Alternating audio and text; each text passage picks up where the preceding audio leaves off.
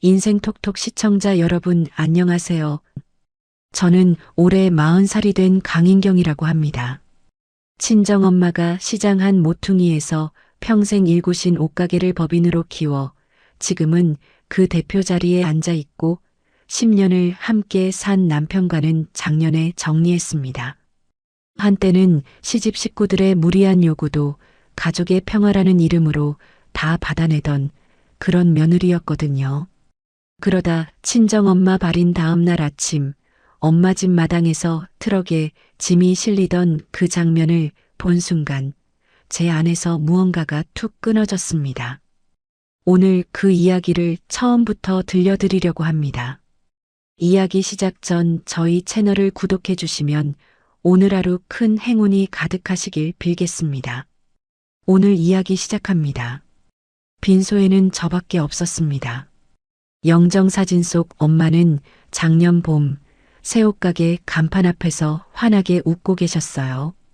그 사진을 찍던 게 며칠 전 같은데 발인 전날 빈소 한가운데에 영정으로 걸려 있는 걸 보고 있자니 자꾸만 손이 가더라고요. 액자 유리에 손가락을 대고 엄마 엄마 그렇게 작게 부르며 한참을 그 앞에 앉아 있었습니다. 눈은 이미 퉁퉁 부어서 잘 떠지지도 않았어요. 조문객이 한 차례 빠져나간 새벽 1시쯤이었습니다. 빈소 옆 휴게실 쪽에서 까르륵 웃는 소리가 들려왔어요. 처음에는 옆 호실인 줄 알았습니다. 그런데 들어보니 시어머니와 시누이의 목소리였습니다. 엄마, 이 동네 시세 좀 봐. 12억 8천이래. 1년 만에 1억이나 뛰었어. 올케 엄마 집 생각보다 훨씬 알짜야. 그래, 사돈 양반이 작년에 새로 이사했다더니 아주 좋은 데 깔고 앉아 있었네. 그럼 그 집 결국 내 오빠한테 오는 거 아니니? 딸 하나뿐인데 어디로 가겠어. 엄마 목소리 좀 낮춰. 옳게 듣기라도 하면 어쩌려고. 들으라 그래. 틀린 말 했니? 결혼했으면 그 집 재산도 우리 집하고 엮이는 거지. 자기만 움켜쥐고 살 수는 없는 거야.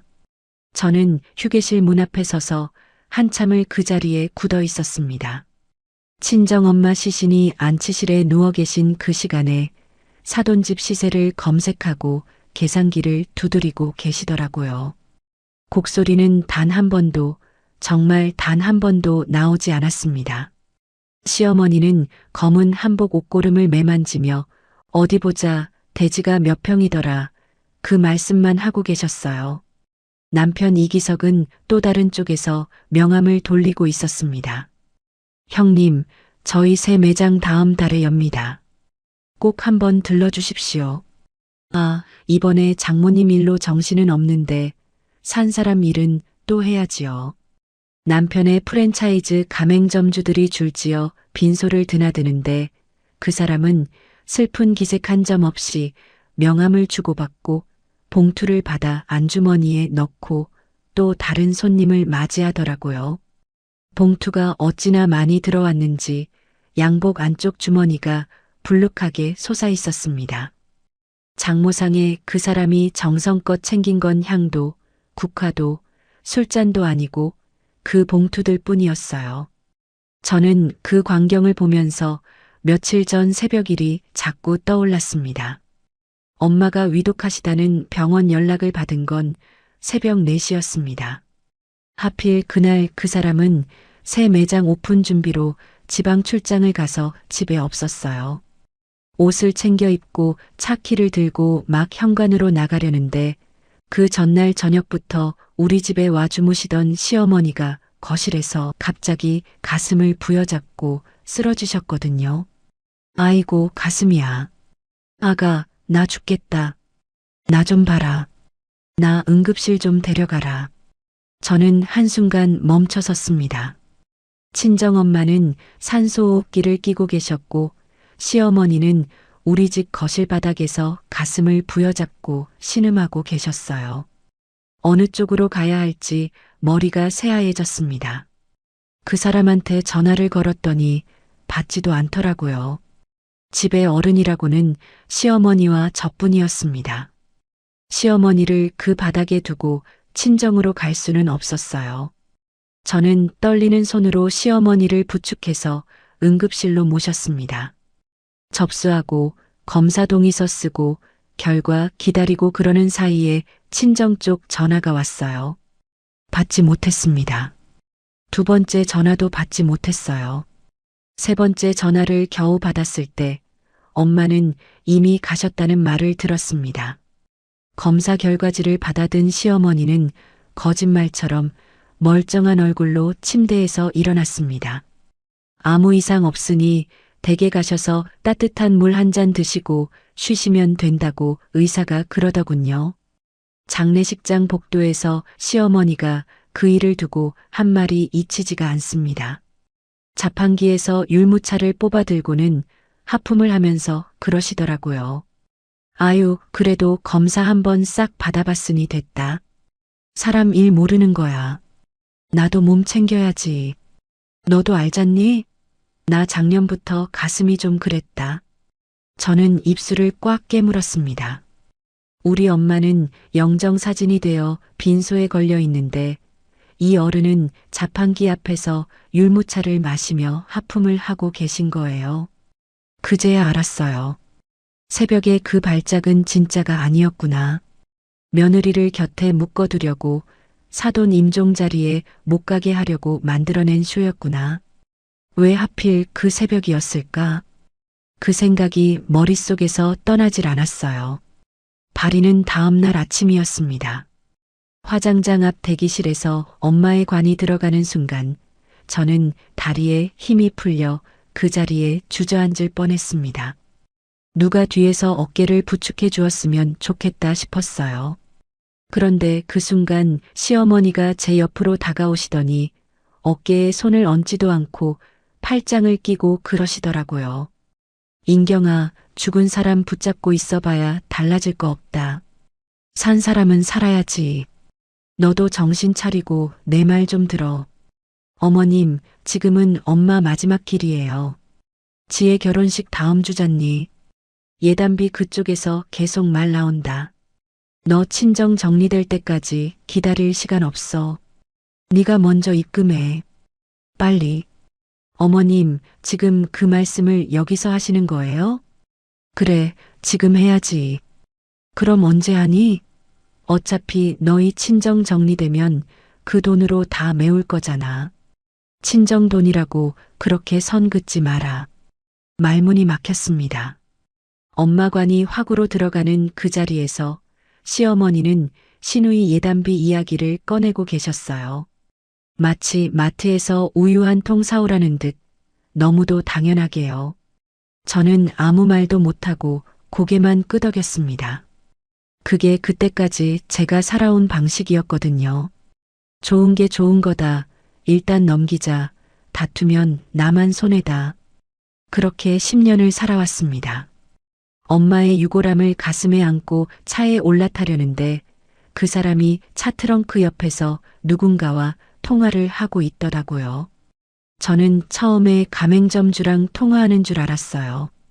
그런데 가까이 가면서 들어보니 그게 아니었습니다. 걱정하지 마. 인경이는 내가 달래면 넘어와. 위임장이랑 서류만 받아내면 그 다음은 내가 알아서 정리해.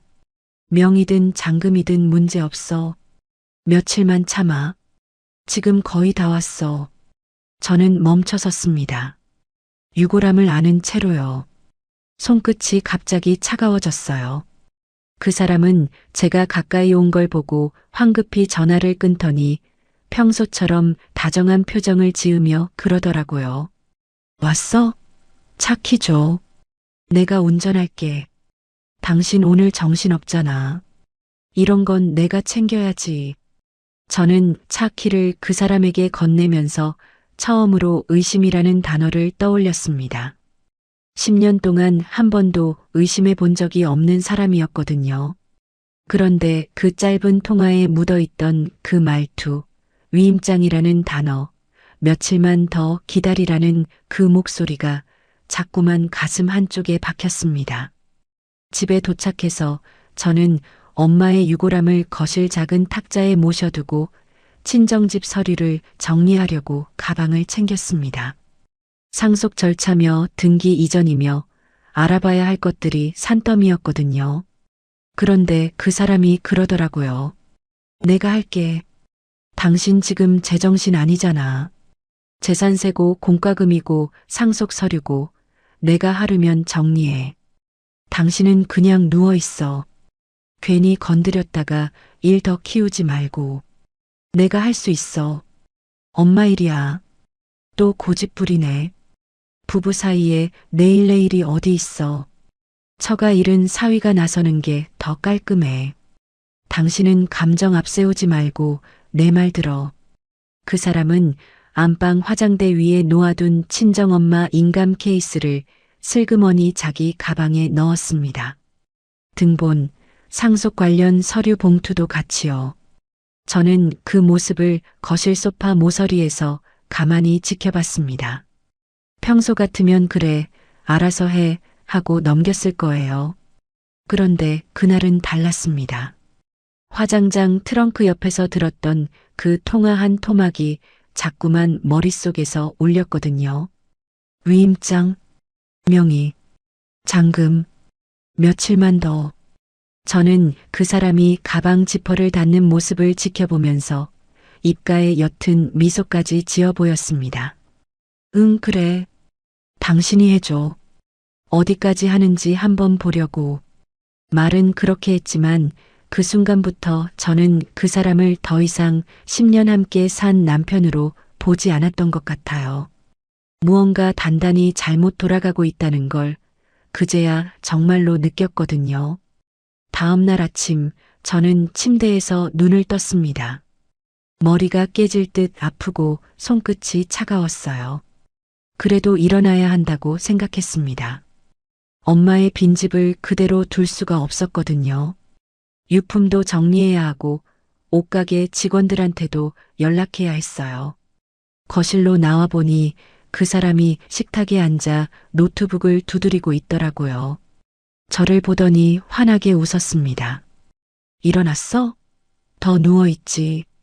얼굴이 완전히 반쪽이야. 엄마 집에 가봐야겠어. 옷까지도 정리해야 하고. 오늘? 꼭 오늘 가야 해? 응, 오늘 가야 해. 그 사람이 노트북을 탁 닫고는 일어서더라고요. 안방에 들어갔다 나오면서 외투를 챙겨드는데 그 사이에 현관 도어록이 띠리릭 하는 소리가 났습니다. 인경아, 어머니 오셨어. 당신 먹으라고 죽까지 사오셨대. 일단 나와봐. 저는 그 자리에 멈춰 섰습니다. 시어머니가 우리 집에 오시는 건 1년에 두세 번이 고작이었어요. 그것도 명절이나 시아버님 제사 때나요. 평소에 며느리 살림에 손가락 하나 안 대시던 분이 새벽같이 본죽을 사들고 오셨다는 거예요. 아이고, 우리 며느리 얼굴이 이게 뭐니? 사람 꼴이 말이 아니네. 시어머니가 신발을 벗으며 들어오시더니 본죽 봉투를 들어 보이셨어요. 비닐봉지를 흔드는 손에 어딘지 어색한 활기가 묻어 있었습니다. 전복죽이야. 따끈할 때 얼른 먹어. 어제 화장장에서도 휘청거리더니 이러다 너까지 쓰러지겠다. 어머님, 저 괜찮아요. 엄마 집에 좀 다녀오려고요. 그러니까 안 된다는 거야. 친정은 무슨 친정이니? 산 사람도 죽을 판인데 거길 왜 또 가? 시어머니는 본죽을 식탁에 펼치시면서 그 사이에도 자꾸만 거실 시계를 흘끔흘끔 보시더라고요. 저는 그게 좀 이상했어요. 평소에는 한 번 자리 잡으면 2시간이고 3시간이고 며느리 흠을 잡으시던 분이 그날따라 시간을 신경 쓰셨거든요. 인경아, 일단 누워. 죽은 내가 떠다 줄 테니까. 어머님, 진짜 괜찮아요. 제가 가야 해요. 잔말 말고 누우라니까. 너 쓰러지면 우리 기석이는 어쩌니? 남편 앞길 막을 일 있어? 시어머니가 제 어깨를 잡아 안방으로 끌고 들어가시더니 거의 떠밀듯이 침대에 눕히셨어요. 평소 같으면 절대 하지 않으셨을 행동이었습니다. 그러고는 그 사람을 부르셨어요. 기서가, 인경이 잘 봐라. 오늘은 절대 밖에 못 나가게 해. 알았지? 네, 어머니. 제가 알아서 할게요. 방문이 닫혔습니다. 저는 멍하니 천장을 보고 누워 있다가 머리맡 협탁 위에 두었던 휴대폰을 찾으려고 손을 뻗었어요. 그런데 휴대폰이 없었습니다. 분명히 잠들기 전에 그 자리에 놓아두었거든요. 거실에서 그 사람 목소리가 들려왔습니다. 여보자? 인경아, 잠들었어? 저는 본능적으로 눈을 감았습니다. 왜 그랬는지는 모르겠어요. 그냥 그 순간에 자는 척을 해야 할 것 같았어요. 그 사람이 살그머니 방으로 들어오는 기척이 났고 협탁 위에서 무언가를 가져가는 소리가 들렸습니다. 그리고 휴대폰 측면 버튼을 누르는 그 짧은 클릭음이 났어요. 무음 모드로 돌리는 소리였습니다. 그 사람이 침대 가장자리에 앉더니 제 머리카락을 부드럽게 쓸어 넘기며 그러더라고요. 인경아, 내가 오늘 사람들 데리고 가서 장모님 짐 깔끔하게 치워둘게. 옷가지도 정리하고 안 쓰는 가전이랑 가구도 다 빼놓을 거야. 당신은 아무 생각 말고 자. 괜히 가서 쓰러지면 일만 더 커져.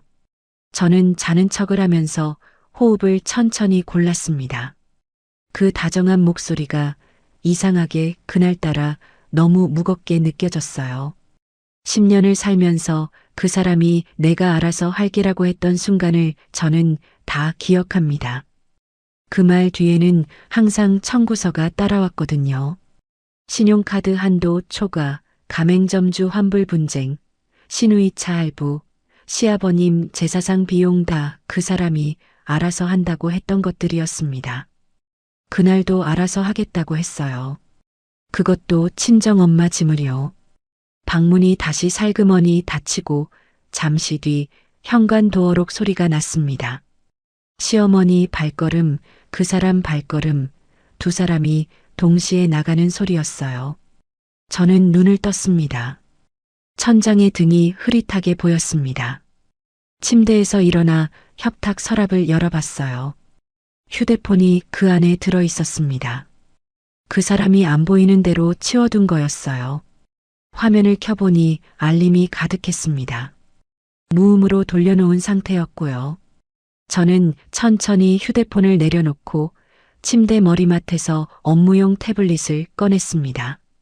친정엄마와 제가 공동으로 쓰던 옷가게 매출 정산이며 거래처 발주며 다 들어있는 그 태블릿이었어요. 엄마 이메일도 거기 같이 묶여 있었습니다. 화면을 켜고 받은 편지함을 열었더니 그날 아침에 들어온 알림이 2통 있더라고요. 대형 폐기물 수거 신청 접수 완료. 이삿짐 센터 견적서 발송 안내. 발신 시간은 새벽 6시였습니다. 저는 알림을 차례로 눌러 내용을 확인했습니다. 폐기물 신청 품목에는 침대, 장롱, 식탁이 적혀 있었어요. 엄마가 작년 가을에 큰맘 먹고 들이신 옥돌 침대요. 이삿짐 견적서에는 5톤 트럭 한 대, 작업시간 오전 9시부터로 적혀 있었습니다. 견적 신청자 이름은 그 사람 이름이었어요. 손이 떨리지는 않았어요. 오히려 차분해졌습니다. 그제야 모든 게 맞아떨어졌거든요. 새벽에 응급실 쇼, 빈소에서의 시세 검색, 화장장 트렁크 옆 통화, 친정엄마 인감을 챙겨가던 그 사람의 존, 새벽같이 본죽을 들고 와서 시계를 흘끔거리던 시어머니, 휴대폰을 무음으로 돌려놓고 다정하게 쓸어 넘기던 손길까지요. 저를 침대에 묶어두고 그 사이에 엄마 집 살림을 통째로 드러내려고 했던 거예요. 저는 옷장으로 가서 외투를 꺼냈습니다. 검은 상복을 그대로 입은 채로 외투만 걸쳤어요. 거울을 한번 봤는데 거기 비친 얼굴이 낯설더라고요. 10년 동안 화내본 적이 없는 사람의 얼굴인데 그날은 표정 자체가 달랐어요. 눈빛이 단단하게 가라앉아 있었습니다. 현관문을 닫고 엘리베이터를 타고 내려가면서 저는 택시 호출 앱을 켰습니다. 5분 뒤 도착하는 택시를 잡았어요. 차에 올라타면서 기사님께 친정엄마 주소를 부르고 빨리 좀 가달라고 부탁드렸습니다. 손님, 무슨 일 있으세요? 얼굴이 너무 창백하신데요. 아닙니다. 빨리만 가주세요. 정말 급합니다. 택시가 도로를 달리는 동안 저는 스마트폰에 깔려있는 보안업체 앱을 켰습니다. 작년에 엄마가 신축주택에 입주하시면서 제가 직접 골라 설치해드린 보안 카메라였어요. 마당, 거실, 현관 3군데였습니다.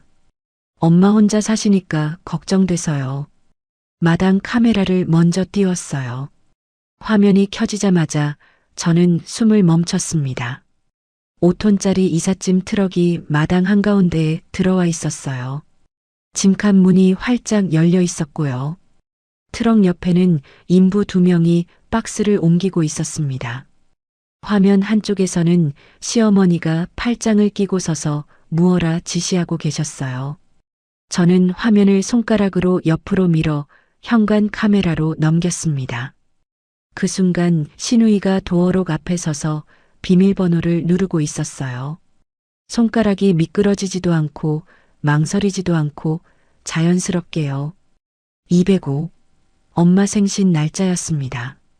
그 비밀번호를 아는 사람은 저, 엄마, 그리고 그 사람, 딱 셋이었어요.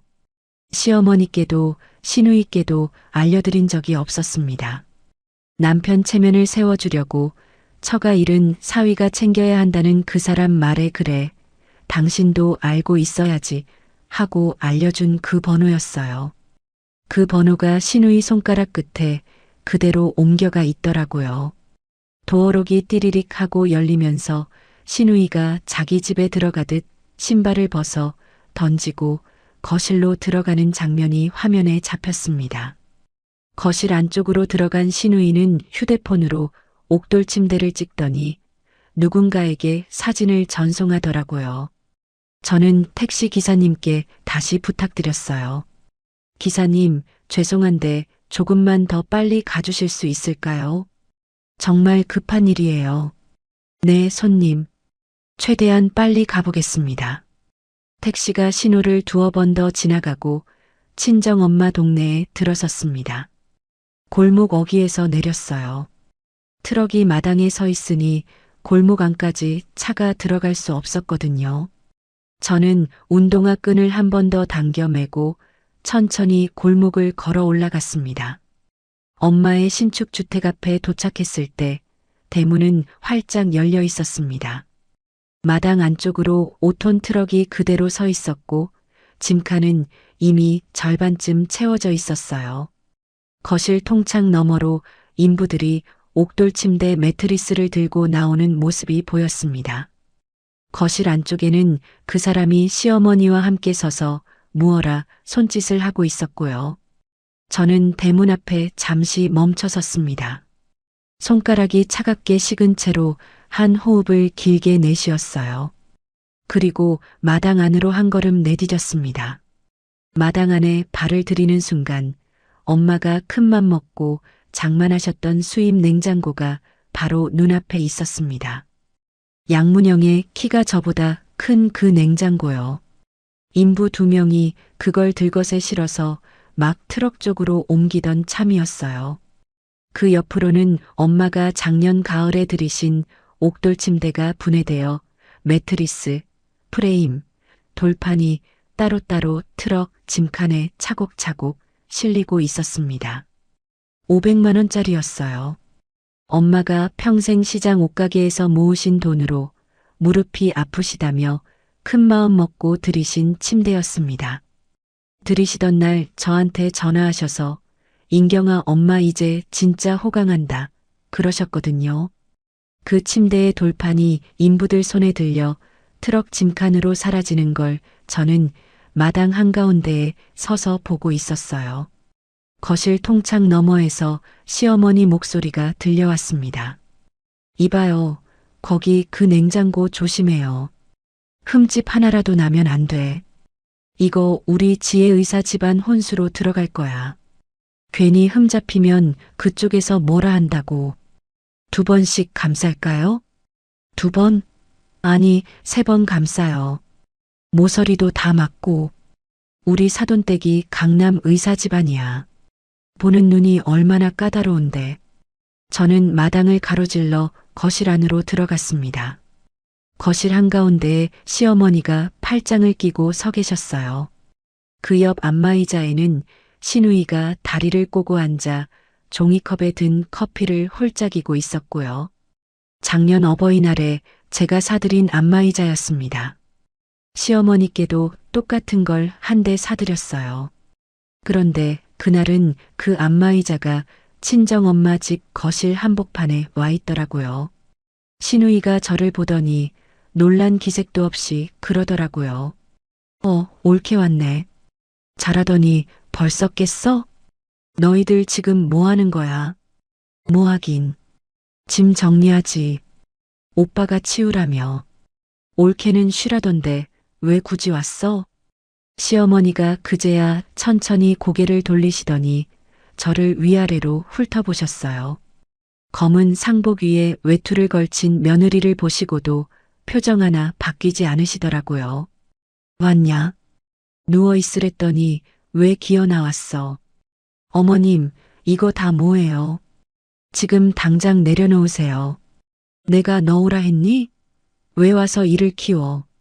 여기 제 친정집이에요, 어머님. 저는 거실 가운데로 한 걸음 더 들어섰습니다.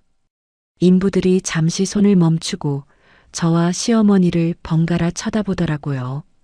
시어머니는 그 인부들에게 손짓을 하셨어요. 하던 거 계속해요. 며느리한테는 내가 알아서 말할 테니까. 어머님, 제 목소리가 거실 천장에 부딪혀 울렸습니다. 저도 제 목소리에 놀랐어요. 10년 동안 한 번도 그렇게 큰 소리를 낸 적이 없었거든요. 시어머니는 그제야 인부들을 향해 잠깐만 하시고는 저를 똑바로 바라보셨어요. 그러고는 손바닥을 마주 비비시면서 마치 시장 흥정하듯 그러시더라고요. 인경아, 너 지금 뭘 그렇게 독한 얼굴로 보니? 죽은 사람이 이고 갈 것도 아니잖아. 빈집에 썩힐 물건, 지의 혼수로 쓰면 돈도 굳고 얼마나 좋아. 쓰던 거 티 안 나게 닦아가면 돼. 너는 그냥 못 본 척만 해. 지금 뭐라고 하셨어요?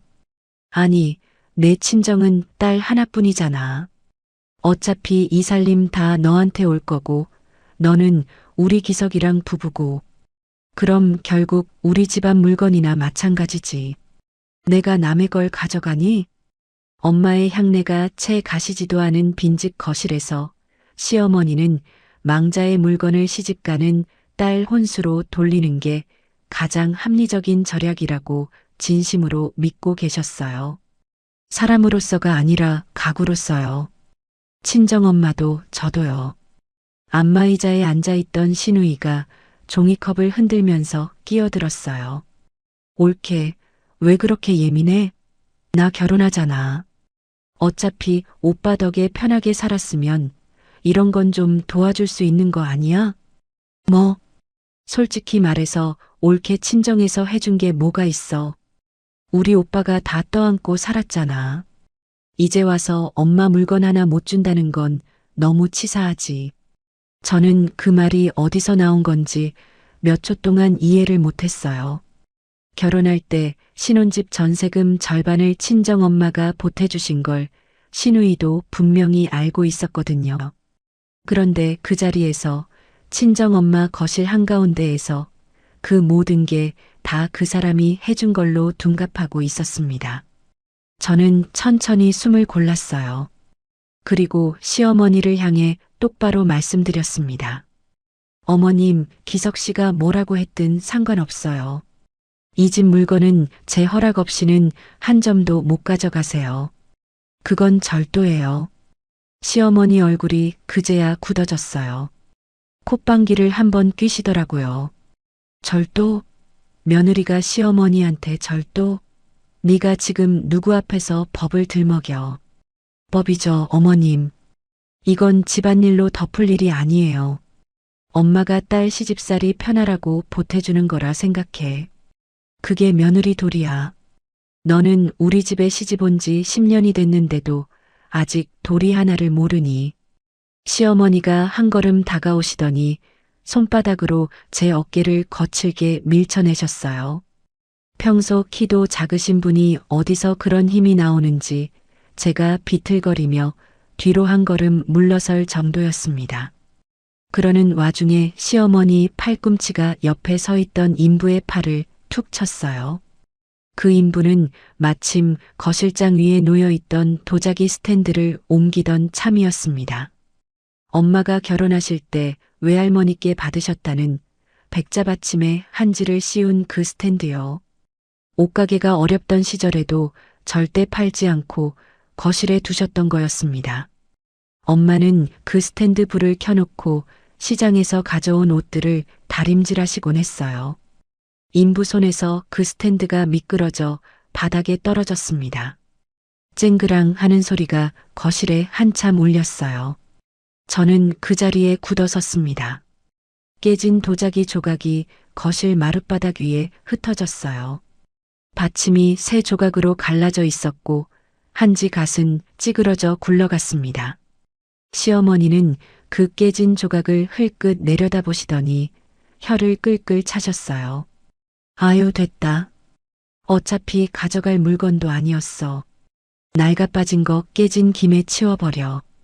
저는 깨진 도자기 앞에 한참을 그대로 서 있었습니다. 그 10년이요. 좋은 게 좋은 거다 하면서 참아왔던 그 10년이 그 도자기 조각하고 같이 거실 바닥에 갈라져 있더라고요. 다시 붙일 수 없게요. 풀로도 본드로도 어떤 걸로도요. 저는 천천히 고개를 들었습니다. 인부분들 잠깐만요. 지금 손 떼고 멈춰주세요. 제가 거실 인부들에게 그렇게 말하자 그분들이 짐을 내려놓고 저를 봤어요. 저는 시어머니께도 시누이께도 더 이상 눈을 마주치지 않고 마당으로 걸어 나갔습니다. 신발을 신고 마당 한가운데를 가로질러 활짝 열려있던 철제 대문 앞으로요. 대문은 묵직했습니다. 양쪽 빗장을 동시에 잡고 안쪽으로 끌어당겨 닫았어요. 안쪽 잠금 레버를 돌리고 그 위에 달려있던 보조 자물쇠까지 채웠습니다. 그러는 동안 거실 통창 너머에서 시어머니가 무어라 소리치는 게 들렸지만 저는 돌아보지 않았어요. 대문을 잠그고 마당 한가운데로 걸어 나왔습니다.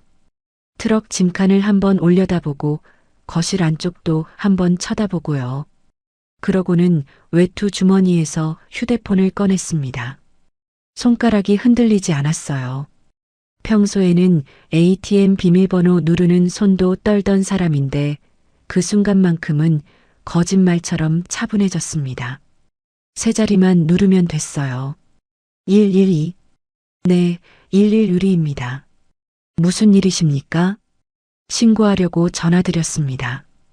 여기 단독주택인데 외부인 3명이 허락 없이 들어와서 가전제품을 트럭에 싣고 있습니다. 5톤 트럭 한 대 와 있고 인부 2명도 같이 있습니다. 명백한 특수절도라 신고합니다. 주소 불러드리겠습니다. 거실 통창 너머에서 시어머니가 그제야 저를 발견하셨어요. 휴대폰을 귀에 댄 며느리를 보시는 그 표정이 처음으로 살짝 흔들리시더라고요. 저는 시어머니를 똑바로 마주보며 신고자 이름을 또박또박 불렀습니다. 휴대폰을 귀에서 떼는 순간 시어머니가 거실 통창을 통해 마당으로 뛰쳐나오셨어요. 슬리퍼 한 짝이 거실 매트에 끌려 벗겨졌는데도 그건 신경도 안 쓰시더라고요. 너 지금 이 집안 망신을 이렇게 시키는 거야? 시어머니를 도둑으로 몰아? 며느리가 아주 간이 배 밖으로 나왔네. 시어머니 목소리가 골목 끝까지 울렸을 거예요. 옆집 2층 창문이 살짝 열리는 소리가 났거든요. 시어머니는 마당 한가운데에 서서 가슴을 두들기시며 외치셨어요. 동네 사람들, 이것 좀 보세요. 우리 며느리가 시어머니를 경찰에 신고했어요. 제가 뭘 훔쳤다고 저를 도둑년으로 몰아요. 저는 대문 앞에 그대로 서 있었습니다. 휴대폰만 손에 꽉 쥐고요. 시어머니가 동네에 떠들든 욕을 하든 더 이상 흔들리지 않더라고요. 거실 안에서 시누이가 종이컵을 내려놓고 어쩔 줄 몰라 하는 게 통창 너머로 보였습니다. 인부 2명은 마당 구석에 서서 어찌해야 할지 모르는 얼굴로 트럭과 시어머니를 번갈아 보고 있었고요. 5분쯤 지났을까요? 골목 끝에서 사이렌 소리가 들려왔습니다. 한 대가 아니라 2대였어요. 순찰차 2대가 골목 안쪽까지 들어오는 동안 저는 대문 잠금 장치를 풀고 한 발 뒤로 물러섰습니다. 제복을 입은 경찰관 4분이 차에서 내리시더니 마당으로 들어오셨어요. 그중 한 분은 가장 나이가 들어 보이는 경위 정도 되시는 분이었고 다른 분들은 좀 더 젊으셨습니다. 경위분이 저를 보시고 물으셨어요. 신고하신 분 맞으십니까? 네. 제가 신고했습니다. 강인경입니다. 시어머니가 그 사이에 표정을 싹 바꾸셨어요. 조금 전까지 동리가 떠나가라 소리치시던 분이 경찰관 앞에서는 사람 좋은 미소를 지으시더라고요. 가슴을 두들기시던 손을 천천히 내리시고는 2 손을 앞으로 모으셨습니다. 아유, 경찰 선생님들.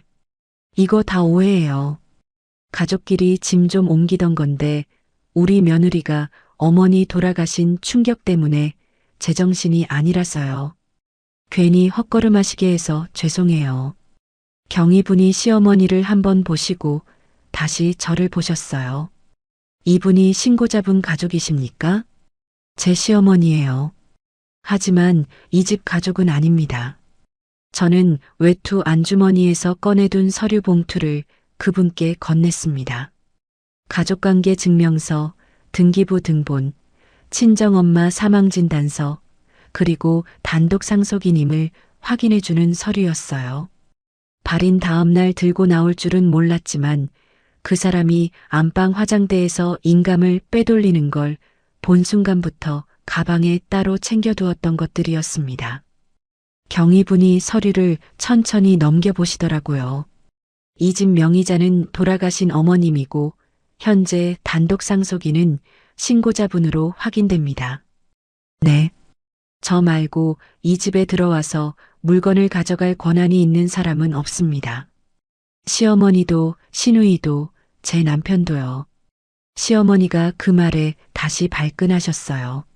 아니, 사위한테 왜 권한이 없어? 우리 기석이가 처가 일 다 봐주는 사람인데 사위가 남이에요? 남입니다, 어머님. 제 엄마 재산 앞에서는요. 저는 그러면서 휴대폰을 꺼내 보안업체 앱을 열었습니다. 그날 오전 시간대 녹화 영상을 경위분께 보여드렸어요. 현관 카메라에 잡힌 영상이었습니다. 화면 속에서 시누이가 먼저 도어록 앞에 서 계셨어요. 그 뒤로 시어머니가 따라 들어왔고요. 그 사람 모습은 그 영상 안에 없었습니다. 도어록 번호를 누른 사람은 시누이였고 뒤따라 들어온 시어머니가 거실로 들어서면서 안마의자에 자기 외투를 떡하니 걸쳐두시는 장면까지 또렷하게 찍혀 있었어요. 거실 카메라 영상도 보여드렸습니다. 시어머니가 옥돌 침대에 손을 얹고 인부에게 무어라 지시하시는 모습, 그리고 옷장 손잡이마다 시누이가 노란 포스트잇으로 딱지를 붙이는 모습이요. 경위분이 영상을 다 보시고는 시어머니를 향해 고개를 돌리셨어요. 어머님, 사위분이 허락했다고 해도 단독 상속인 동의 없이 물건을 반출하시면 안 됩니다. 그리고 비밀번호도 직접 권한받아 아신 게 아닌 것으로 보입니다. 아니, 그건 가족끼리 그런 것까지 따져요? 시어머니가 처음으로 말을 더듬으셨어요. 그 사이에 거실 안쪽에서 시누이가 휴대폰을 꺼내 어딘가로 다급하게 전화를 걸기 시작했습니다. 누구한테 거는 건지는 보지 않아도 알겠더라고요. 10분쯤 지났을 때 골목 어귀로 택시 한 대가 급정거를 하면서 들어왔어요. 사색이 된 그 사람이 택시에서 뛰어내려 마당으로 들이닥쳤습니다. 경찰관들이 마당 안쪽에서 시어머니께 진술을 받고 계신 사이 그 사람은 저를 발견하더니 곧장 대문 옆 사각지대로 끌고 갔어요. 제 손목을 꽉 틀어쥐었습니다. 손가락 마디가 살에 파고들 정도로요. 인경아, 너 진짜 정신 나갔어? 의사 집안에 시집가는 내 동생 앞길을 이렇게 망쳐? 지금 네가 무슨 짓 한 줄 알아? 나 신고 취소해. 지금 당장. 내가 경찰들한테 말할 테니까 넌 입 다물고 있어. 부부 사이 일 크게 만들지 마. 아직 돌이킬 수 있어. 나 이 손. 한 번만 더 잡으면 그것도 신고할 거야. 저는 그 사람 손을 쳐냈습니다. 그 사람 얼굴이 그제야 일그러졌어요. 평소에 다정하게 웃던 그 입꼬리가 비뚤어지고 눈에 핏발이 섰습니다. 결혼하고서 한 번도 본 적 없는 얼굴이었어요. 인연이 진짜 어디까지 가려고. 그 사람이 손을 치켜들었습니다. 저는 피하지 않았어요. 한 발도 물러서지 않고 그 사람 눈을 똑바로 마주봤습니다. 손은 제 뺨에서 한 뼘 거리에 멈춰 있었고 그 사이로 그 사람 숨소리가 거칠게 들렸어요. 그때 마당 안쪽에서 경이분 목소리가 들렸습니다. 거기 두 분 지금 뭐 하시는 겁니까? 저는 그제야 고개를 돌렸어요. 경이분이 우리 쪽으로 걸어오고 계셨습니다. 저는 그분을 향해 또박또박 말씀드렸어요. 경관님, 제 남편입니다.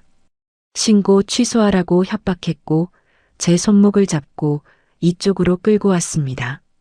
방금 저를 때리려고 손까지 들었습니다. 증거인멸 요구와 폭행 시도도 같이 확인해 주세요. 경위분이 그 사람을 한번 훑어보시더라고요. 그 사람은 치켜들었던 손을 천천히 내리며 그 자리에 굳었습니다. 입을 벌렸다가 닫고 무언가 변명을 하려다가 다시 입을 닫더라고요. 평소에 그 입에서 그렇게 매끄럽게 나오던 변명 한 줄이 그 순간에는 한마디도 나오지 않았어요. 경위분이 신호를 보내자 다른 경찰관 두 분이 거실 안쪽으로 들어가셨습니다. 잠시 뒤 시어머니와 시누이가 양팔을 한 분씩에게 잡혀 마당으로 나오시는 게 보였어요. 특수절도 혐의로 동행하셔야 합니다. 두 분 모두 순찰차에 타시죠. 시어머니가 그제야 정신이 드신 것 같았어요. 그 사람을 보시면서 외치셨습니다. 기서가, 너 뭐하고 서 있어? 엄마 끌려가게 둘 거야? 내 마누라 좀 어떻게 해봐. 오빠, 나 다음 주 결혼이야. 나 경찰서 가면 그 집에서 알 거 아니야. 오빠, 빨리 말려. 시누이는 안마의자 옆에서 들고 나온 종이컵을 그대로 손에 든 채로 끌려 나왔어요. 커피가 슬리퍼에 한 방울씩 떨어지더라고요.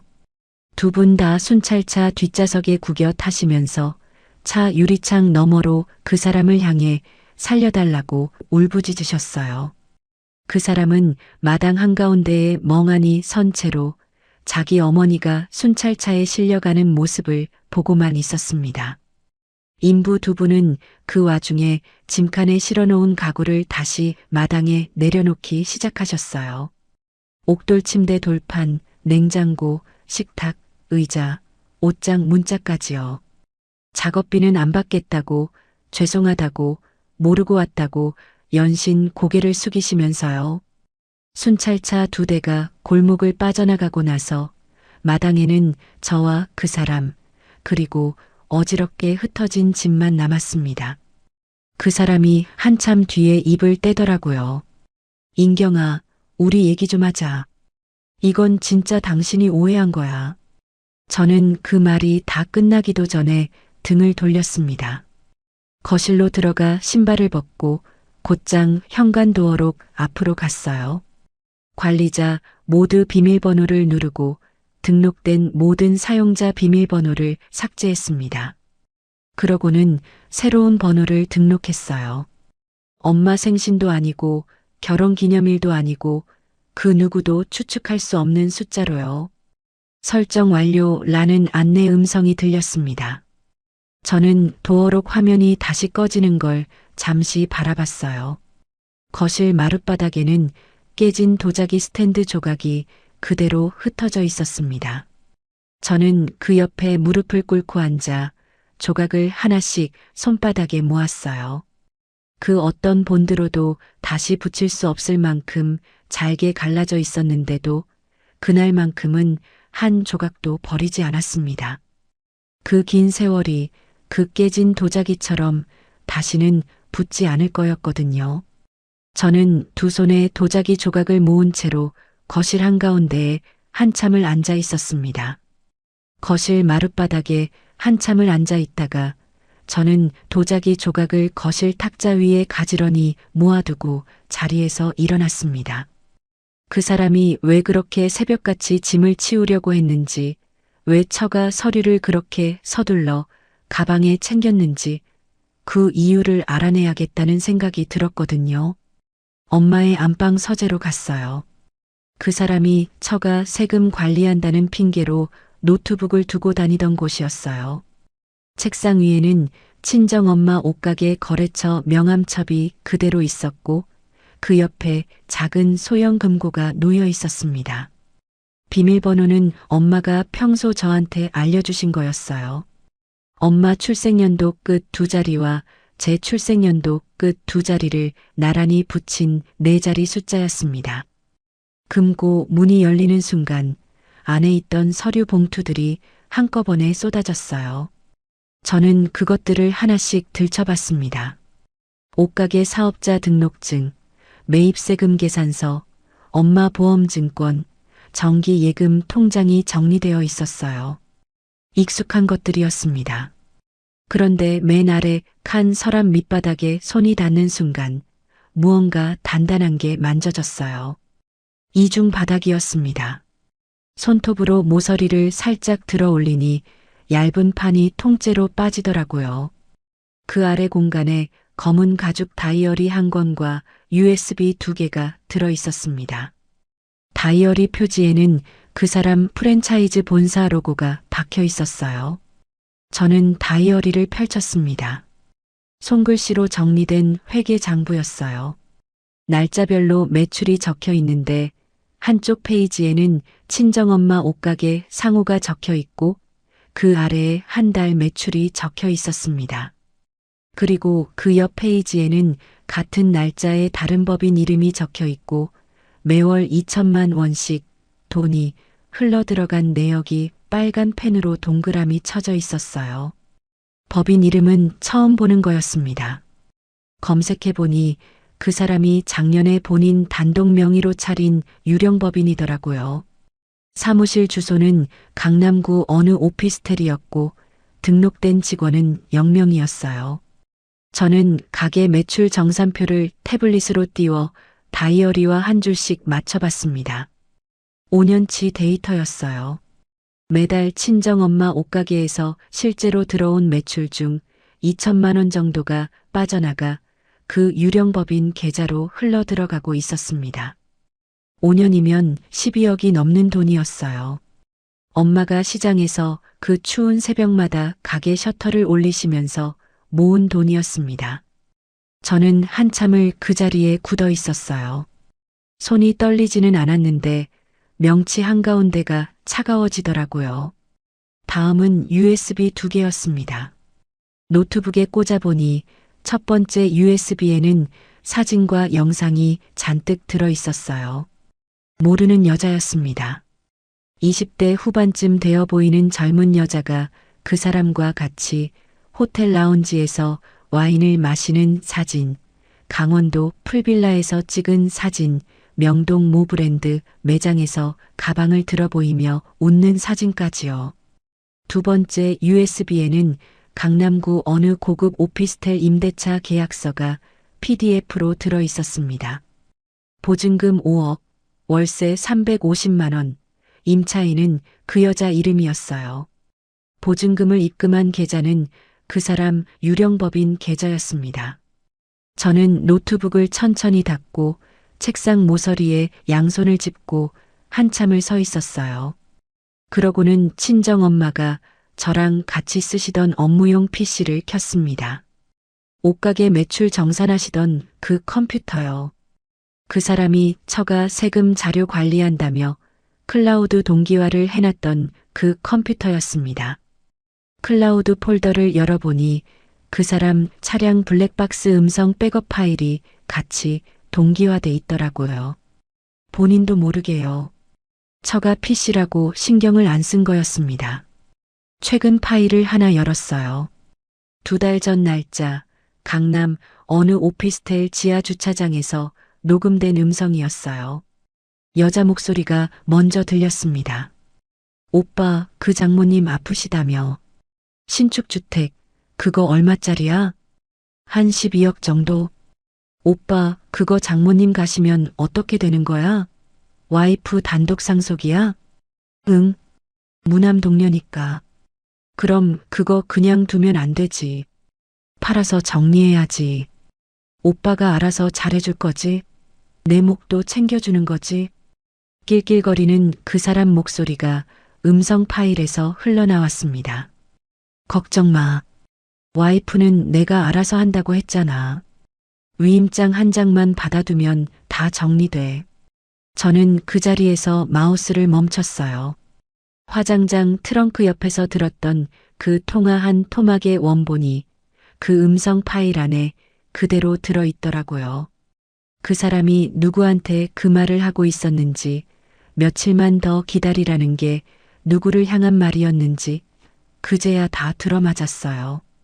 장모가 죽으면 그 집을 팔아서 자기 몫을 챙겨달라고 애교를 떠는 그 여자 목소리가 친정엄마 거실에 울려 퍼지고 있었습니다. 향내가 아직 가시지 않은 그 거실에서요. 저는 헤드폰을 빼서 책상 위에 그대로 내려놓았습니다. 시어머니의 가구 도둑질이요. 그건 빙산의 일각이었던 거예요. 진짜로 친정 자산을 삼키려고 했던 사람은 따로 있었습니다. 다정한 얼굴로 다 알아서 하겠다고 했던 그 사람이요. 새벽에 어머니부터 모시고 가라고 했던 그 사람이요. 무심코 건 신고 전화 한 통이 아니었으면 저는 영영 모르고 살았을 거예요. 그제야 분노가 천천히 차오르더라고요. 명치 한가운데에서 시작해서 손가락 끝까지요. 휴대폰이 그 와중에도 끊임없이 울리고 있었습니다. 발신자는 그 사람이었어요. 처음에는 회유였습니다. 인경아 미안해. 한 번만 만나서 얘기하자. 내가 다 설명할 수 있어. 그러더니 30분쯤 지나서는 협박으로 바뀌더라고요. 너 진짜 이 결혼 끝낼 거야? 너 혼자 살 수 있을 것 같아? 우리 어머니 전과자 만들면 너도 무사하지 못해. 문자도 같은 식이었어요. 처음에는 사과, 다음에는 가스라이팅, 그 다음에는 협박이요. 저는 그 메시지들 하나하나 스크린샷을 떴습니다. 발송 시간, 발신 번호, 문자 내용까지 다 캡처해서 새 폴더에 정리했어요. 그러고는 다이어리 회계장부, USB 안사진과 임대차 계약서, 블랙박스 음성 파일까지 전부 새로 만든 클라우드 폴더에 백업했습니다. 비밀번호는 그 누구도 추측할 수 없는 걸로 따로 걸었고요. 날이 밝아올 즈음 저는 인터넷에서 기업 회계 비리에 강하다는 변호사 한 분을 찾아냈습니다. 후기마다 독하다는 평이 붙어 있는 분이었어요. 새벽 5시 반에 메일로 상담 요청을 보냈고 그날 오전에 사무실에서 만나주시기로 약속이 잡혔습니다. 그 사람 번호와 시어머니 번호, 시누이 번호를 차례로 차단했어요. 그러는 동안 손가락이 한 번도 망설이지 않았습니다. 다음 날 오전 변호사 사무실에 가서 자료를 모두 펼쳤습니다. 그분이 회계장부와 음성 파일을 한참 검토하시더니 안경을 벗으면서 그러시더라고요. 강 대표님, 이거 횡령 액수가 적지 않습니다. 곧장 이혼 소송과 횡령 형사 고소 같이 가시고요. 그 전에 자산 보전이 먼저예요. 가압류부터 거셔야 합니다. 가압류요? 이혼 위자료, 그리고 횡령 반환금. 이 두 가지를 피보전 권리로 잡고 남편분 사업 계좌하고 그 여성분 명의 오피스텔 보증금까지 가압류 신청 대상에 올릴 수 있습니다. 법원에 보전 처분 결정 나는데 며칠 걸리겠지만 결정 나는 순간 통장이고 보증금이고 다 묶입니다. 저는 고개를 끄덕였어요. 하나도 빠짐없이 다 묶어주세요. 변호사가 저를 잠시 바라보시더니 옅게 웃으셨습니다. 강 대표님 결심이 단단하시네요. 네. 한번 마음먹은 일은 끝까지 갑니다. 사무실을 나오면서 저는 휴대폰 화면을 한번 켜봤어요. 차단해둔 번호로 그 사람한테서 부재중 전화가 수십 통 와 있었습니다. 저는 화면을 다시 꺼버리고 외투 주머니에 휴대폰을 깊숙이 넣었어요. 봄볕이 짧게 비치는 거리를 걸어가면서 저는 처음으로 발걸음에 흔들림이 없는 저 자신을 느꼈습니다. 며칠이 지났습니다. 시어머니와 시누이는 특수절도 현행범으로 조사를 받은 뒤 일단 불구속으로 풀려나 있었어요. 시누이는 그 와중에도 예비시댁 쪽에는 아무 일 없는 척 입을 다물고 있었습니다. 강남 의사 집안에 시집간다는 그 자존심을 끝까지 놓지 못한 거였어요. 그날은 금요일이었습니다. 시누이가 예비 시어머니, 그러니까 의사 사모님과 강남 어느 호텔 레스토랑에서 브런치 약속이 잡혀 있다는 걸 저는 그 사람 카톡 메시지로 알고 있었습니다. 그 사람 카톡 비밀번호는 결혼 초부터 한 번도 바뀐 적이 없었거든요. 저는 그날 오전 11시 50분에 맞춰서 변호사 사무실에서 따로 정리해둔 영상 파일과 사진을 의사 사모님께 보냈습니다. 사모님 연락처는 시누이가 결혼 준비 단톡방에 올려둔 명함에서 진작에 따로 저장해 두었어요. CCTV 영상이었습니다.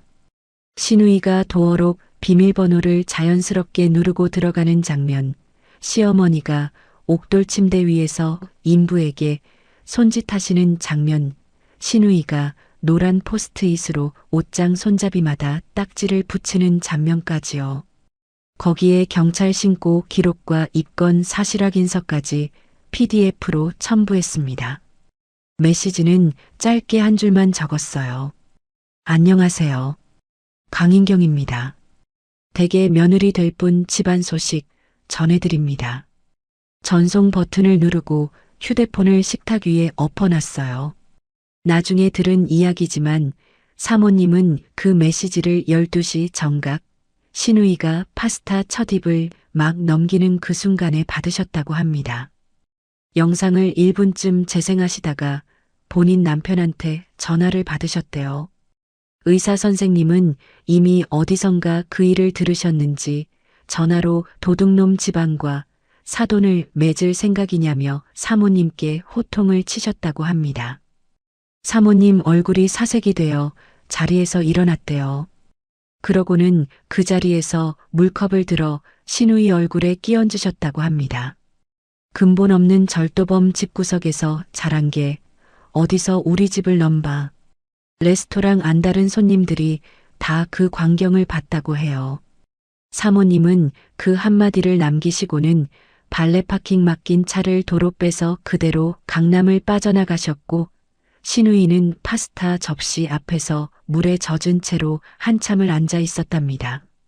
그 사이에 저는 변호사한테서 전화 한 통을 받았어요. 강 대표님, 보전 처분 결정 났습니다. 남편분 본사 사업 계좌 동결됐고 그 여성분 명의 오피스텔 보증금도 가압류 들어갔습니다. 막 등기 발송됐어요. 감사합니다. 정확히 시간 맞춰주셔서요. 전부 같은 날 들어가게 일정 맞춰달라고 하셨잖아요. 그대로 진행됐습니다. 저는 핸드폰을 내려놓고 거실 시계를 잠시 봤어요. 오후 1시 반이었습니다. 그 사람이 운영하는 프랜차이즈 본사로는 거래처 입금 알림이 한창 들어올 시간이었어요. 저는 외투를 챙기고 집을 나섰습니다. 그 사람이 짐을 싸고 있을 우리 집으로요. 그 사람한테 들이댈 서류는 변호사 사무실에서 받아든 새 묶음이었어요. 이혼 소장, 횡령 형사 고소장, 상간녀 위자료 청구 소장이요. 집에 도착했을 때 현관 도어록 너머에서 무언가 깨지는 소리가 났어요. 신우이 목소리가 거실 안쪽에서 울리고 있었습니다. 오빠 와이프 때문에 나 파혼당했어. 사모님이 내 얼굴에 물 끼얹었다고. 아, 거실 유리 화병이 던져져 깨지는 소리가 났어요. 그 옆 도자기 컵, 식탁 위 와인잔 같은 것까지요. 신우이는 자기 결혼이 깨지자 거실 살림을 다 깨부수면서 올케가 자기를 망쳤다고 악을 쓰고 있었습니다. 그때 그 사람 휴대폰이 울렸어요. 거실 한가운데에서 다급한 손길로 휴대폰을 들었던 그 사람 얼굴이 굳어지더라고요. 문자 메시지였습니다. 주거래 은행에서 사업장 계좌 동결, 가압류 설정 안내 문자가 연달아 와 있었어요. 그 사람이 화면을 내려보는데 그 사이에도 알림이 한 줄 더 떴습니다. 추가 계좌 가압류 또 한 줄 더 떴고요. 본사 운영자금 계좌, 가맹점주 보증금 계좌, 그 사람 개인 마이너스 통장까지 차례로 묶이는 알림이었어요. 그 사람이 황급히 어딘가로 전화를 걸더라고요. 한참 신호가 가더니 안내 음성이 흘러나왔어요. 고객님께서 전화하신 번호는 착신이 정지된 번호입니다. 그 사람 입가가 일그러지더라고요. 그 여자한테 거는 전화였어요. 이미 자기 보증금 가압류 소식을 누구보다 먼저 챙겨 듣고 그 여자는 그 사람 번호를 미리 차단해 둔 거였습니다. 도망갈 준비를 진작에 맞춰둔 거예요. 그 순간 도어록이 띠리릭 하고 열렸습니다. 제가 거실로 들어섰어요. 손에는 서류 가방을 들고요. 신우이가 던지다 만 깨진 화병 조각을 슬리퍼 끝으로 쓱 밀어내면서 거실 한가운데로 걸어갔습니다. 그 사람은 휴대폰을 손에 든 채로 그 자리에 굳어 있었어요. 신우이도 입을 벌린 채로 저를 봤고요. 저는 서류 가방을 식탁 위에 올리고 안에 든 봉투 3개를 차례로 꺼냈습니다. 이혼 소장. 첫 번째 봉투를 식탁에 던지듯 놓았어요. 횡령 형사 고소장. 처가 매출에서 빼돌린 금액 전부 형사 고소 들어갑니다. 두 번째 봉투요. 상간녀 위자료 청구 소장. 그 여자 보증금 가압류는 이미 들어갔고 세 번째 봉투까지 식탁에 놓고 나서 저는 그 사람을 똑바로 바라봤습니다. 그 사람이 그제야 무릎을 꿇었어요. 식탁 모서리를 붙잡고요. 인경아, 한 번만 용서해줘. 내가 잘못했어. 어떻게든 갚을게. 인경아, 어떻게 갚으실 건데요? 내가 다 갚을게. 진짜야. 내가 정신이 잠깐 나갔던 거야. 그 여자는 진짜 아무 사이도 아니야. 그냥 사업상. 저는 거실 한쪽 벽에 붙어 있던 블루투스 스피커에 손에 든 휴대폰을 연결했습니다. 신호가 잡혔어요. 저장된 음성 파일을 재생했습니다. 그 여자의 코맹맹이 목소리가 거실에 가득 찼습니다. 장모님, 그 집 얼마짜리야? 팔아서 내 목도 챙겨주는 거지. 하는 그 목소리요.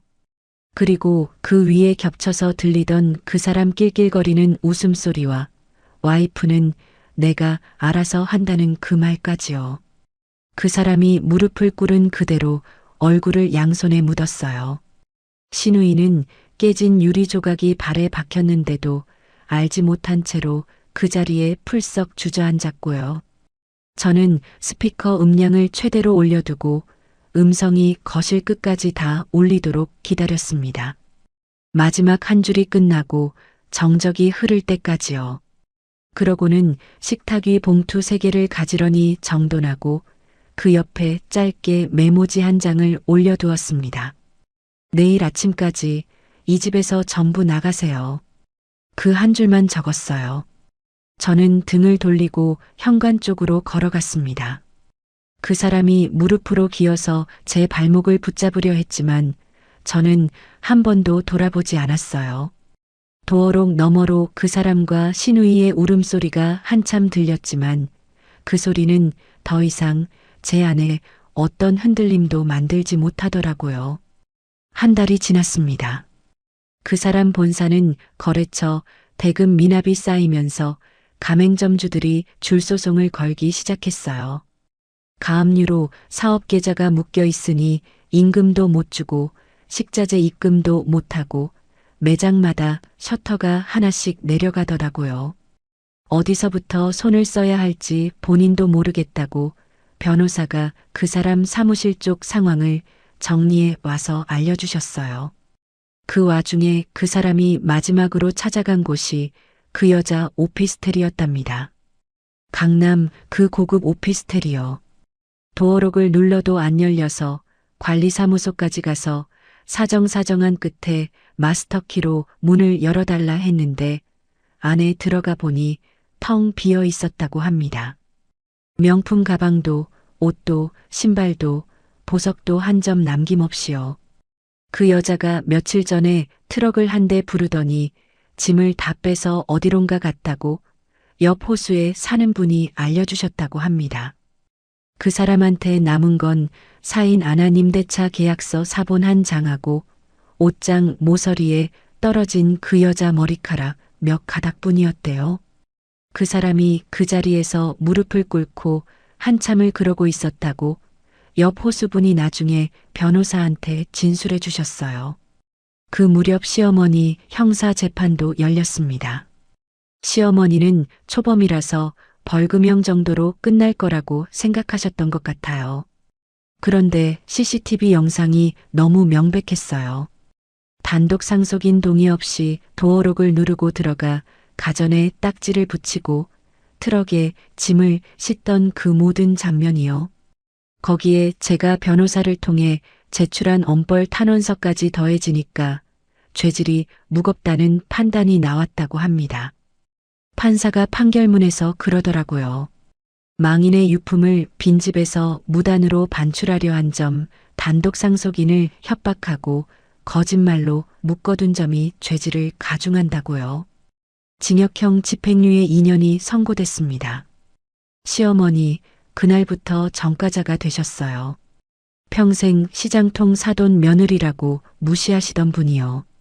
그 사람 회사가 결국 부도 처리됐고 시가가 살던 그 아파트도 경매로 넘어갔어요.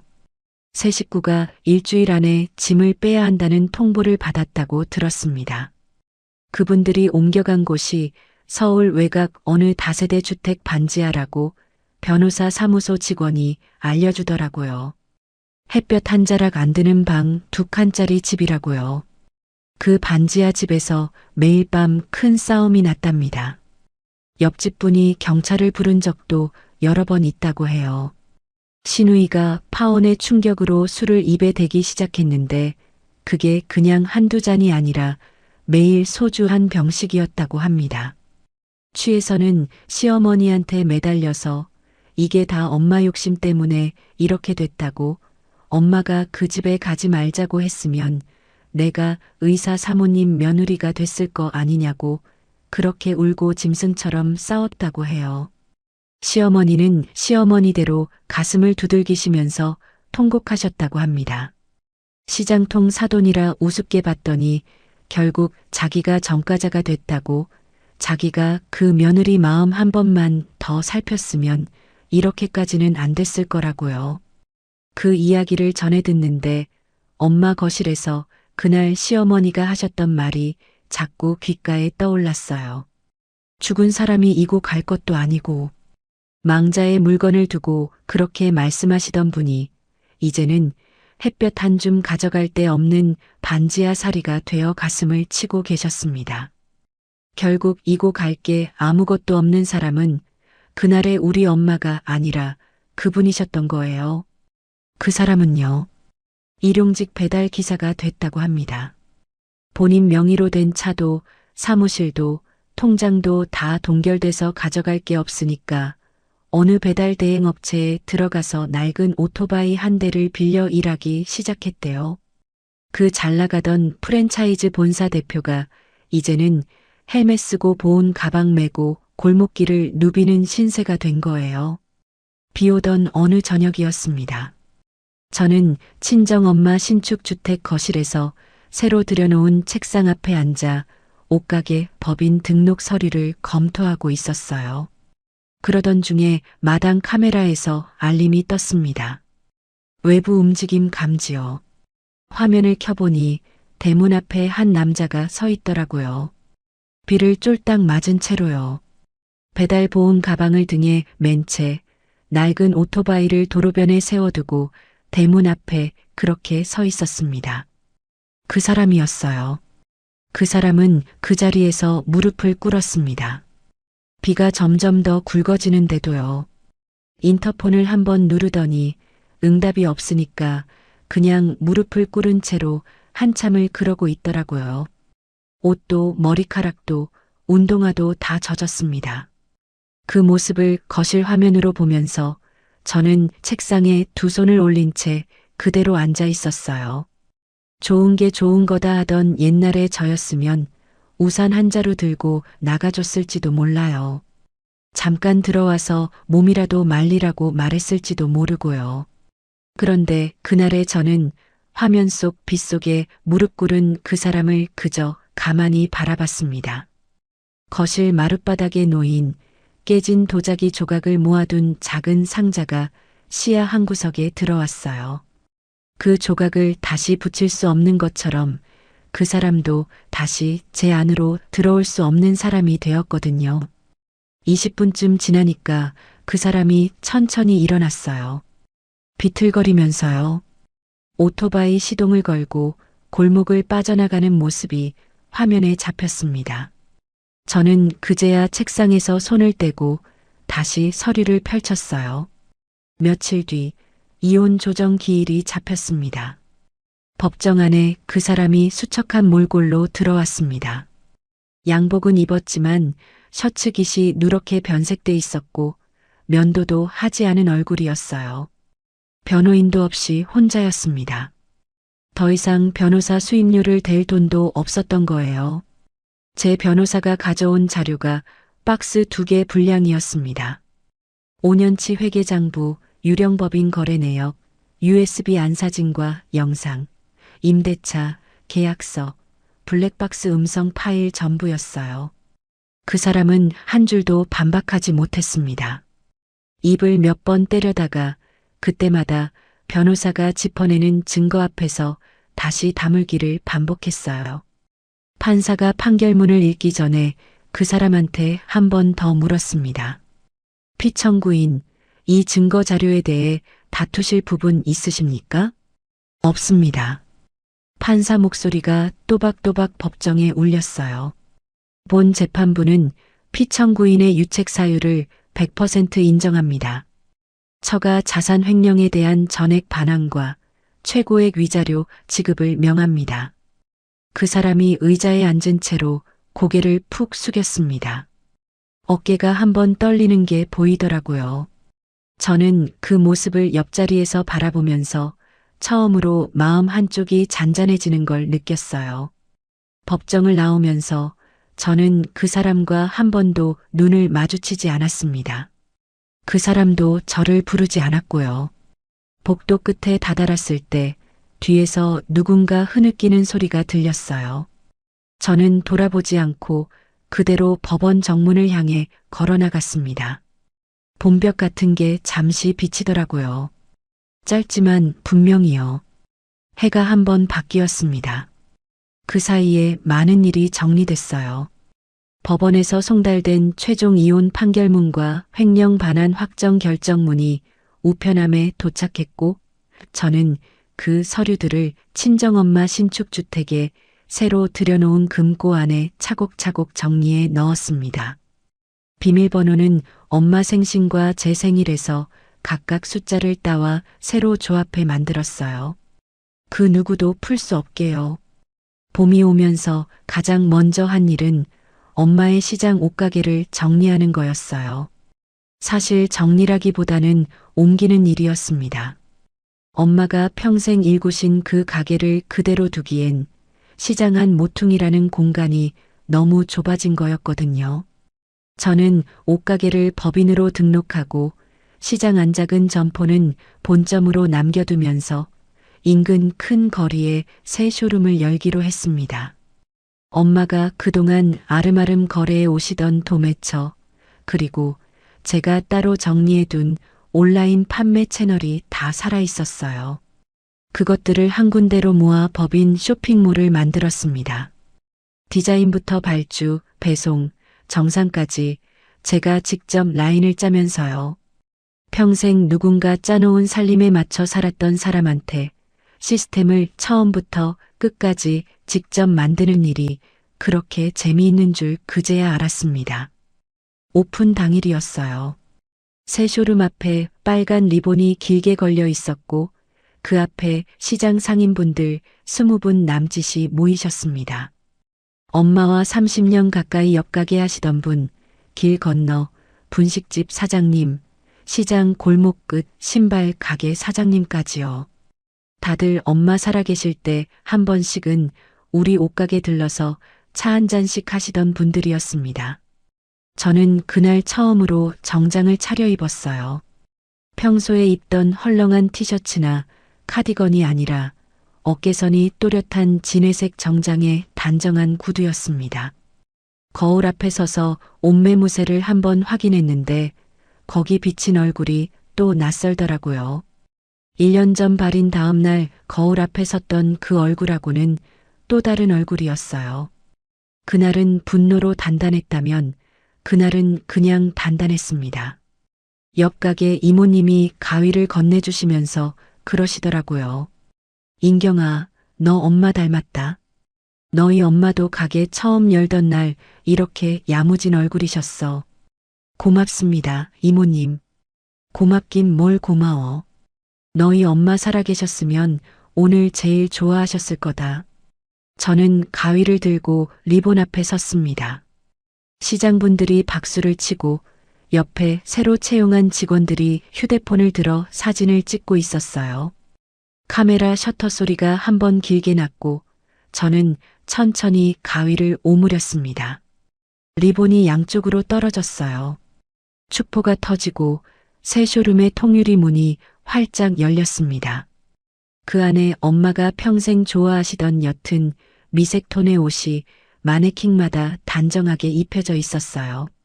저는 그 마네킹 사이를 가만히 걸으면서 엄마가 한 벌씩 보고 가실 수 있게 마음속으로 옷을 보여드렸습니다. 그날 저녁 퇴근하고 친정 신축주택으로 돌아왔습니다. 이혼이 마무리되면서 그 사람 명의로 잠시 묶여있던 이 집의 부속물들도 다 제 이름으로 정리가 끝났어요. 사건 직후에 마당에 어지럽게 흩어져 있던 그 가구들도 다 제자리로 돌려놓았습니다. 옥돌 침대는 분해된 채로 안방으로 옮겨 다시 조립했고 양문형 냉장고는 부엌 한쪽에 들어가 윙윙 소리를 내며 다시 식재료를 식혀주고 있었어요. 작년 어버이날에 제가 사들인 안마의자는 시누이가 앉아 커피를 마시던 그 자리에서 거실 창가 쪽으로 옮겨두었습니다. 거실은 다시 따뜻해졌어요. 향내가 빠진 자리에 제가 좋아하는 디퓨저 향이 천천히 채워지고 엄마가 좋아하시던 클래식이 작게 흐르고 있었습니다. 거실장 위에는 깨진 도자기 스탠드 자리가 그대로 비어 있었어요. 그건 끝내 되돌릴 수 없는 자리였습니다. 어떤 본드로도 어떤 장인 손으로도요. 저는 그 빈자리에 엄마의 작은 사진을 한 장 올려두었어요. 옷가게 새 간판 앞에서 환하게 웃고 계시던 그 사진이요. 옥돌 침대에 누우니까 무릎이 따끈하게 데워지는 게 느껴졌습니다. 엄마가 들이시던 날 호강한다고 하셨던 그 말이 그제야 무슨 뜻이었는지 알겠더라고요. 저는 그 위에 잠시 눈을 감고 누웠어요. 거짓된 가족의 평화를 지키느라 살림의 양보를 거듭하던 그 오래 묵은 며느리는 이제 어디에도 없었습니다. 그 자리에 들어선 사람이 누군지 저도 그날 비로소 정확히 알겠더라고요. 저였어요. 다른 누가 아니라 저요. 주말 아침이었습니다. 저는 화사한 살구색 블라우스를 꺼내 입고 작년 가을에 직접 뽑은 새 차에 시동을 걸었어요. 그 사람한테 운전대를 맡기던 시절은 이미 지나갔습니다. 핸들을 잡은 손이 가벼웠어요. 엄마가 안치대신 수목장은 시외로 1시간쯤 떨어진 산자락에 있었어요. 봄볕이 잘 드는 자리에 자리 잡으신 작은 나무 앞에 저는 가방을 내려놓고 가만히 앉았습니다. 가방에서 서류 2장을 꺼냈어요. 하나는 법인 사업자 등록증이었습니다. 대표자 이름 칸에 강인경, 3글자가 또렷하게 박혀 있었어요. 다른 하나는 회수된 통장 사본이었습니다. 친정 자산이 전부 제 이름으로 돌아온 통장이요. 저는 그 2장을 나무 앞 풀밭 위에 가지런히 펼쳐 놓았어요. 발이 나던 그 화장장 앞에서는 다리에 힘이 풀려 주저앉을 뻔했던 사람이 이제는 똑바로 무릎을 꿇고 엄마 나무 앞에 서류를 펼치고 있었습니다. 엄마, 목소리가 갈라지지 않더라고요. 엄마, 나 잘 살고 있어. 엄마 옷가게 잘 키우고 있고, 엄마가 모아두신 거 한 푼도 안 빼앗겼고, 엄마 집도 잘 지키고 있어. 봄바람이 한 줄기 불어왔습니다. 나뭇잎 사이로 햇볕이 점점이 풀밭 위에 떨어졌어요. 서류 위에도 그 햇볕이 한번 어른거리고 지나갔습니다. 엄마, 나 이제 호구처럼 안 살아. 내 목 똑바로 챙기고, 우리 엄마 거 누구한테도 안 빼앗기고, 엄마가 평생 일구신 거 더 키워서 갈게. 약속해. 저는 그 자리에 한참을 그러고 있었어요. 울지 않았습니다. 발인 날 못했던 작별을 그날해야 했거든요. 떼쓰는 작별이 아니라 똑바로 일어선 사람으로서 하는 작별이요. 서류를 다시 가방에 넣고 나무 앞에 손을 한번 짚고 일어섰습니다. 옷자락이 봄바람에 가볍게 흔들리더라고요. 산자락을 내려오면서 저는 차 안에서 좋아하는 노래를 한 곡 틀었어요. 평소에는 가사도 잘 따라 부르지 않던 사람이 그날은 작은 소리로 후렴구를 따라 흥얼거리고 있었습니다. 여러분, 그게 제 이야기입니다. 발인 다음 날 마당에서 트럭에 실리던 그 가전제품들 앞에서 만약 제가 한 번 더 참았다면요. 좋은 게 좋은 거다 하고 그날도 넘겼다면요. 저는 지금쯤 친정 엄마 집도 잃고 옷가게도 잃고 인감 도장도 잃고 결국 제 이름까지 잃었을 거예요. 그날 마당에서 누른 그 3자리 숫자가 저를 살린 거였습니다. 가족이라는 이름으로 자기 몫을 빼앗아 가려는 사람들 앞에서 우리는 너무 자주 호의를 미덕이라고 착각하더라고요. 그런데 호의는 한번 베풀고 거두는 거지 평생 베푸는 게 아니거든요. 누군가 그 호의를 권리로 알기 시작하는 순간 그건 더 이상 사랑이 아닙니다. 이 이야기를 들으시는 여러분 중에서도 혹시 비슷한 자리에 서 계신 분이 있다면요. 저는 한 가지만 말씀드리고 싶어요. 내 몫은 내가 지키지 않으면 아무도 안 지켜줘요. 그게 가족이라도요. 저는 오늘도 새 쇼룸 사무실로 출근합니다. 엄마 영정 사진 옆에는 늘 그날의 도자기 조각 상자가 놓여 있고요. 깨진 그 조각을 볼 때마다 그날 마당에서 단단해진 그 며느리를 잊지 않으려고 노력합니다. 여러분도 오늘 하루 부디 호구처럼 살지 마세요. 여기서 제 이야기를 마칠게요. 들어주셔서 감사합니다. 가족이라는 이름으로 평생 양보만 해오신 분들 참 많으실 거예요. 좋은 게 좋은 거라고, 참는 게 미덕이라고 배우며 살아오셨죠. 그런데 그 호의를 당연한 권리로 아는 사람들 앞에서는 한 번쯤 단단해지셔도 괜찮습니다. 내 몫을 지키는 일은 결코 매정한 게 아니에요. 그건 평생 나를 지켜온 나 자신에 대한 도리입니다. 오늘도 누군가의 무게를 묵묵히 짊어지고 계신 우리 어머님들, 부디 그 짐을 한 번쯤 내려놓으시고 당신 자신을 먼저 따뜻하게 안아주세요. 늦은 때란 없습니다. 오늘이 가장 빠른 날이에요. 이야기를 끝까지 들어주셨다면 잘 들었다고 댓글 하나만 남겨주세요. 구독과 좋아요를 눌러주시는 모든 분들이 행복하시길 기원합니다. 오늘 함께 해주셔서 정말 감사합니다.